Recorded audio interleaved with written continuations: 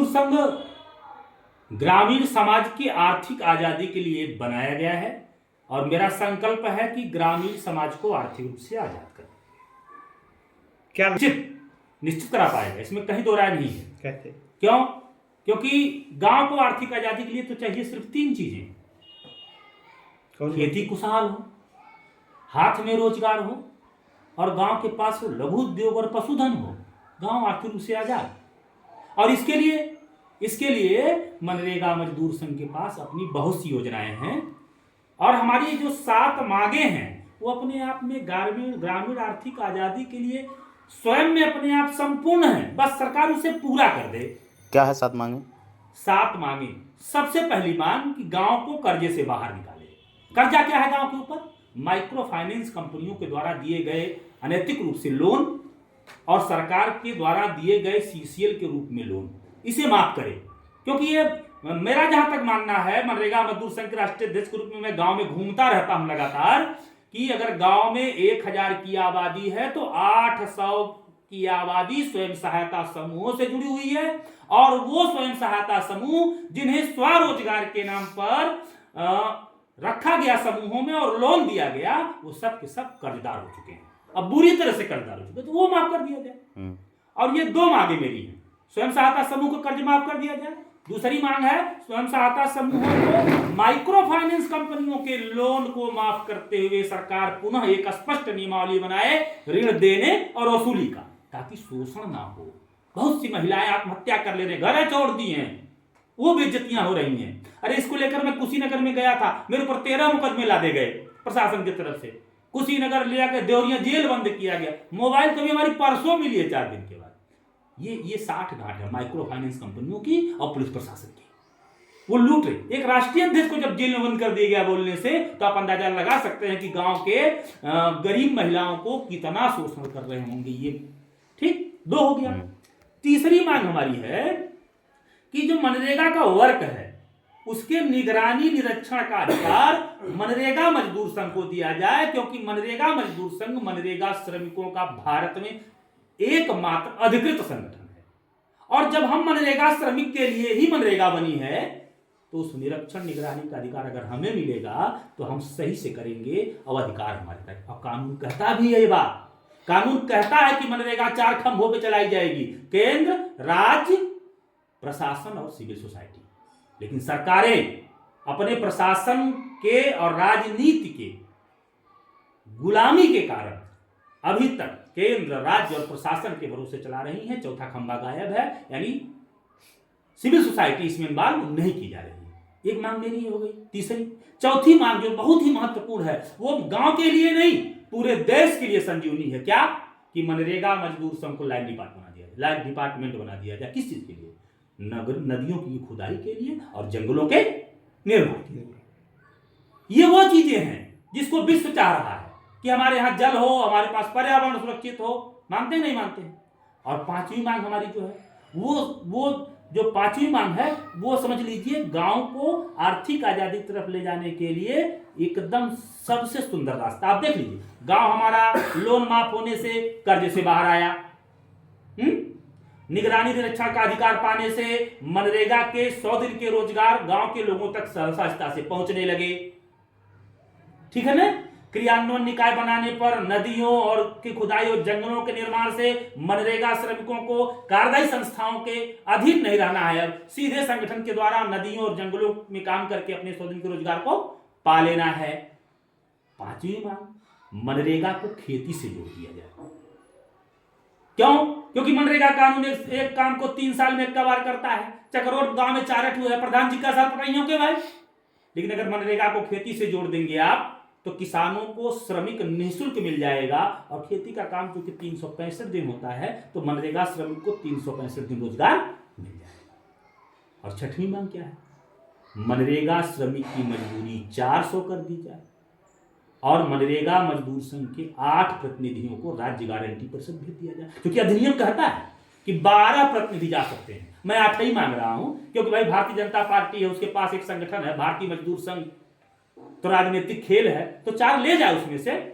हालांकि अभी भारतीय मजदूर संघ से भी एक लोग भी नहीं गए हैं राज्य गारंटी परिषद। और मनरेगा मजदूर संघ को जब मनोज सिंह कृषि उत्पादन आयुक्त थे और राज्य गारंटी परिषद के अध्यक्ष थे, तब से हमसे कह रहे हैं कि अध्यक्ष जी अब की बजट जब पेश होगा तो आपको ले जाएंगे राज्य गारंटी परिषद। कृषि उत्पादन आयुक्त से मुख्य सचिव बन गए मुख्यमंत्री के, लेकिन अभी तक हम लोग गए। तो ये मांग थी। अगर हम राज्य गारंटी परिषद में चले जाते तो फरवरी में जो सरकार मनरेगा की स्कीम बनाती है वो बिना मेरे हस्ताक्षर के नहीं बनती। और शायद सरकारें इसीलिए मनरेगा मजदूर संघ को राज्य गारंटी परिषद में नहीं ले जाती, क्योंकि मुझे ले जाते ही उनका कोरम तभी पूरा होगा जब मेरे हस्ताक्षर उनके नियमों पर होंगे, और हम तो नियम वही बनाएंगे जो मनरेगा श्रमिक के हित में होगा। तो आप जाने ये 7 मांगे हैं जिससे गांव को आप स्वरोजगार देना चाहते हैं। कैसे दे पाएंगे? माहौल देंगे। आप अगर किसी को माहौल देंगे तो रोजगार करने लगेगा। दबाव से नहीं हो सकता कोई भी काम। अरे भाई पुरान कहा हुआ था, दादा बाबा कहता है कि बनहले बनिया बाजार ना लगे। तो सरकार जो इस समय नारेलन चला रही है वो पूरा एकदम फिक्स डिपॉजिट पे चला रही है, दबाव बना के। आप लखपति दीदी बना रहे हैं लोग। आप पत्रकार बंधु हैं, किसी गांव चले जाइए, एक लखपति दीदी खड़ा कर दीजिए, मैं जानूं। सरकार के कागजों में लखपति दीदी हैं, उनको लाखों रुपया दिया गया है, 5 लाख का कर्ज लाद दिया गया है उनके ऊपर। उनको लखपति दीदी बना के घुमाया जा रहा है, जैसे पुरानी कहावत रंग फिर याद आ गए कि अरहर का टाटी गुजराती ताला। ये है सरकार, लखपति दीदी बना रही है। और हम कह रहे हैं कि हमें आप हर 400 समूह पे एक ग्रामीण वाटिका यानी कलेक्शन सेंटर स्थापित करने की अनुमति दे दीजिए। पैसा नहीं मांग रहे सरकार से, हम अपने ऑफिसों को डालने के लिए सरकार से पैसा नहीं मांग रहे हैं, फिर भी सरकार नहीं दे पा रही है 2 साल से। उसके पास मेरा प्रोजेक्ट है, मेरा प्रेजेंटेशन ग्राम विकास मंत्री केशव प्रसाद मौर्य ने लिया, मिशन निदेशक इंदुमती ने लिया, लेकिन अभी तक पास उसे नहीं किए। अब अगर 400 समूह में कलेक्शन सेंटर डाल देता तो जो स्वयं सहायता समूह है अपना जो भी सामान बनाते वहीं लाके दे देते तो नगद पैसा पा जाते, वो प्रोत्साहित होते व्यापार करने के लिए। अब आप सोच लीजिए, आपके घर में मियाँ बीवी हैं, आप चले गए मनरेगा में 365 दिन काम कर लिए, 400 मजदूरी पे 1,60,000 बचा लिए, और बीबी आपकी अचार बना रही है और ला के कलेक्शन सेंटर पे बेच करके 10,000 महीना कमा ले रही, 1,20,000। अब अगर 3 लाख रुपए मियाँ बीबी 2 बच्चों के परिवार में आ जाए और किसान को निःशुल्क श्रमिक मिल जाए, उत्पादन हचाहच होने लगे और आपके आसपास खत्म हो रही कटनैया नदी जैसे अभी जैसी नदी फिर से पुनर्जीवित हो जाए और दोनों तरफ खाली पड़ी जमीनों पे पाकर बरगद पीपल फलदार वृक्ष जामुन लग जाए तो कितना सुंदर हो जाएगा अपना प्रदेश। कल्पना करिए। ये 7 मांगे हैं। और सबसे अच्छी बात, सरकार का इसमें 1 रुपया खर्च नहीं होना है। बातें मान लेंगे। अरे भाई निगरानी निरीक्षण का अधिकार दोगे आप तो उसमें कहां को रुपया लग रहा है आपका? हमें क्रियान्वयन निकाय बना दिए तो मनरेगा का पैसा तो खर्चा हो रहा है, चाहे हम खर्च करें चाहे कोई दूसरा खर्च करे, वन विभाग खर्च करे चाहे प्रधान जी खर्च करें, ओमे 1 रुपया आपको ना लगत बा।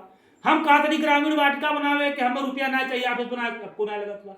अब आपसे कालिक समूह सहायता समूह को कर्ज माफ कर दिया जाए तो हमें 1 रुपया ना लगेगा, क्योंकि माइक्रो फाइनेंस कंपनियां आरबीआई गाइडलाइन का पालन कर नहीं रही। जांच समिति बनाई है, तुरंत माइक्रो फाइनेंस कंपनी 9/11 ना हो जाइए भाई। जब लीगल तरीके से लोन बाकी हुई है तो गायब हो जाएंगी, और उनके गायब होते ही लोन वसूलने कौन आएगा? लोन वसूलने कोई नहीं आएगा तो देने कोई नहीं आएगा तो माफ करने की क्या बात आ गई? तो ये है चीज। इसको पास मेरी योजना चल रही है। गाजीपुर अभी हमने 8 दिन का अमर अनशन किया है, वहां से आया हूं। संगठन में मैंने आदेश कर दिया है कि सबसे पहले हमारे 18 लाख जो कार्यकर्ता हैं इनका लेबर डिमांड सीडीओ के यहाँ जिला टीम ब्लॉक टीम जमा करे। 1 सप्ताह में उन्हीं से मस्टोल की छायापति मांगे और ना दे तो सीडीओ के ऑफिस को बंद कर दे।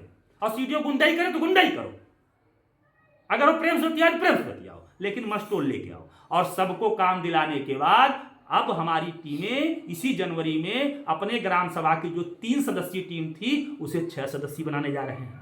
पुराने पदाधिकारियों का प्रमोट करके ग्राम सभा अनुशासन समिति और 3 ग्राम सभा अध्यक्ष को सदस्य बनाने जा रहे हैं। यह इतना होते ही हम गोरखपुर योगी जी के तपस्थली से योगी जी के कर्मस्थली कालिदास मार्ग 5 तक फरवरी में पदयात्रा निकालने जा रहे हैं। उसका नाम है अनुरोध पदयात्रा। ये हमारे हजारों कार्यकर्ताओं के साथ जाएगा, मीडिया बंधु तो देखेंगे। मुख्यमंत्री जी के पास 15 दिन में यात्रा पहुंचेगी।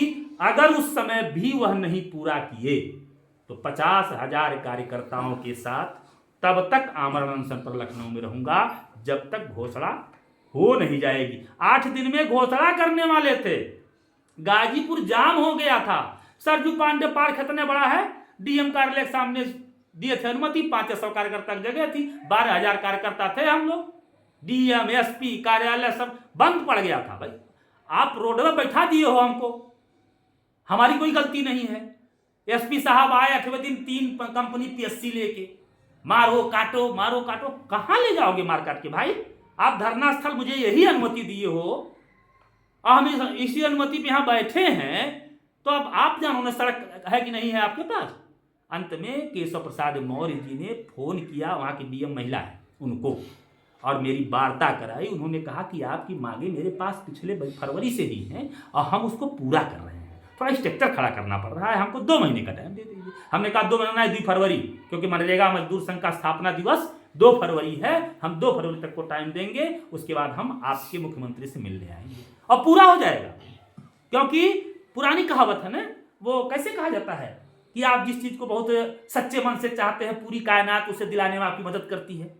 तो मैं अंबिका प्रसाद श्रमिक, आप मुझे देख रहे हो कि मैं कितनी ईमानदारी से संत कबीर नगर का लड़का हूं। ये मोहन वन जी तो हमें तब से जान रहे हैं जब मनरेगा मजदूर संघ को मैं यहाँ स्थापित किया था।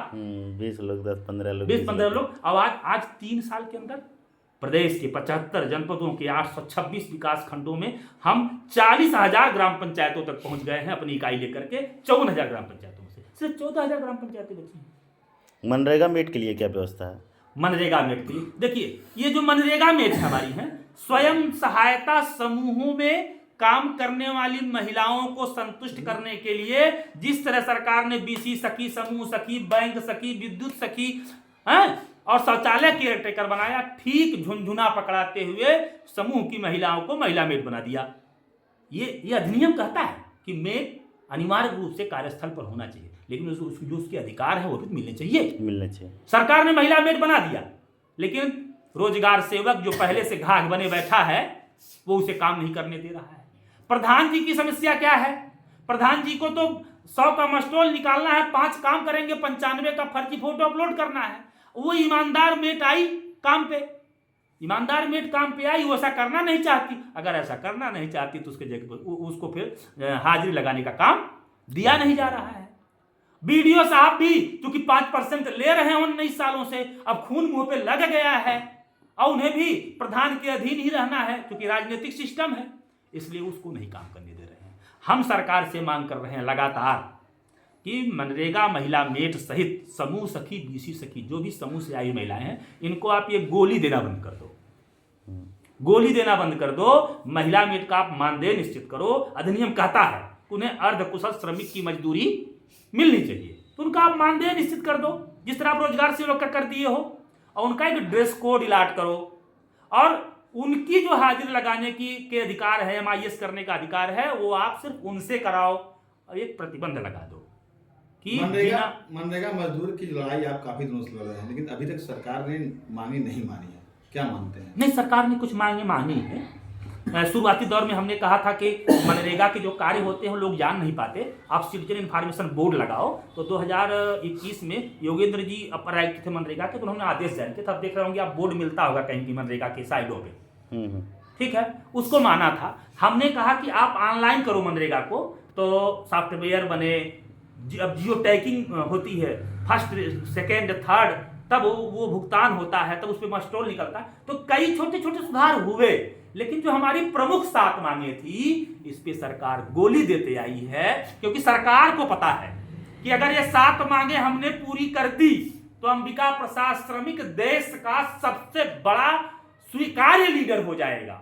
और सरकारें कहां चाहेंगी कि हमारे सामने कोई नेता हो, जबकि मैं सरकारों से कहता रहा हूं, आपके माध्यम से भी कह रहा हूं कि मैं पूरी जिंदगी कभी भी किसी चुनाव में नहीं आऊंगा, मैं कोई भी चुनाव नहीं लड़ूंगा। हाँ, ये चुनाव लड़ेंगे, अच्छे नेता हैं, इनके लिए वोट मांग दूंगा, क्योंकि सामाजिक कार्यकर्ता हूं, हमारे साथ लाखों लोग जुड़े हैं। ये चुनाव लड़ेंगे, इनके लिए वोट मांग दूंगा, लेकिन अंबिका प्रसाद श्रमिक कभी चुनाव लड़ने नहीं आएगा। सरकार झूठा डरती है हमसे। मिले थे पिछले साल केशव प्रसाद जी, कहे अध्यक्ष जी आप नेता बन गए हो, हमने कहा नेता हम आपको बनाने आए हैं, हम कहा नेता बनेंगे? 237 का मजदूर नेता बन पाई? अरे आप नेता बने और गौरवशाली नेता बने तो हमें नेता बनने की जरूरत नहीं है। मनमोहन सिंह जी देखिए नेता थे, कल देश छोड़े, पूरा देश रो रहा है। जिस प्रधानमंत्री ने उनको गरिया करके कुर्सी पाई वही आधे घंटे रोआ टीवी पे। आज मनमोहन सिंह जी को चुप्पा प्रधानमंत्री बताया गया, लेकिन वही मनमोहन सिंह जिन्होंने गांव को रोजगार देने के लिए मनरेगा अधिनियम 2005 लाया, गांव को भोजन देने के लिए खाद्य सुरक्षा अधिनियम लाया, गांव को शौचालय देने के लिए स्वच्छता का अग्रदूत बनकर के निर्मल भारत अभियान लाया, गांव के लोगों को सूचनाएं सहज रूप से मिल सके सूचना का अधिकार लाया, सबको शिक्षा मिल पाए शिक्षा का अधिकार लाया। मनमोहन सिंह जैसा प्रधानमंत्री को अद्वितीय नेता